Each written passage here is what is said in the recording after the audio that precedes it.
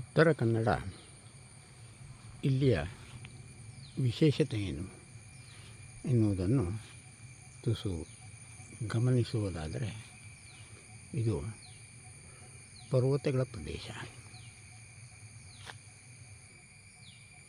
ನಿತ್ಯ ಹರಿದ್ವರ್ಣದ ಹಸಿರು ಕಾಡು.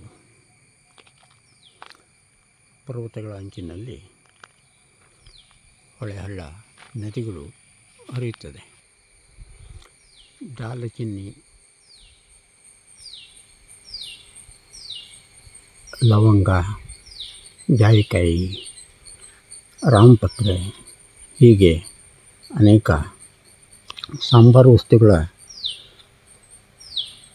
ಇರುವಂತೆ ಇಲ್ಲಿ ಸಸ್ಯ ವೈವಿಧ್ಯ ಅತ್ಯಂತ ಗಮನಾರ್ಹ ವಿಚಾರ. ಸಾಮಾನ್ಯ 10 ಚೌರಸ್ ಅಡಿಗಳಲ್ಲಿ ಅದೆಷ್ಟೋ ಬಗೆಯ ಸಸ್ಯ ವೃಕ್ಷ ಸಂಕುಲಗಳನ್ನು ನಾವು ಕಾಣಬಹುದಾಗಿದೆ. ಇವುಗಳಲ್ಲಿ ಈ ಮುರುಗಲು ಹೇಳುವಂಥ ಜಾತಿಯ ಗಿಡ ಮರಗಳು ಆರೋಗ್ಯ ದೃಷ್ಟಿಯಿಂದ ಅತ್ಯಂತ ಪರಿಣಾಮ ಬೀರುವಂಥ ವೃಕ್ಷ ಜಾತಿಗೆ ಸೇರಿರುವುದು. ಪಾಂಡವ ಬತ್ತಿ ಹೀಗೆ ಇಲ್ಲಿ ಬಹಳಷ್ಟು ವೈವಿಧ್ಯ ಸಸ್ಯ ವೃಕ್ಷ ಬಳ್ಳಿಗಳನ್ನು ನಾವಿಲ್ಲಿ ನೋಡಬಹುದಾಗಿದೆ. ಕೆಸು ಇರಲಿ, ಕಾಡಾಂಶ ಇರಲಿ, ಬಾಳೆ ಇರಲಿ, ತೆಂಗು, ಕೊಂಗು, ಮಾಮರಗಳು ಹೀಗೆ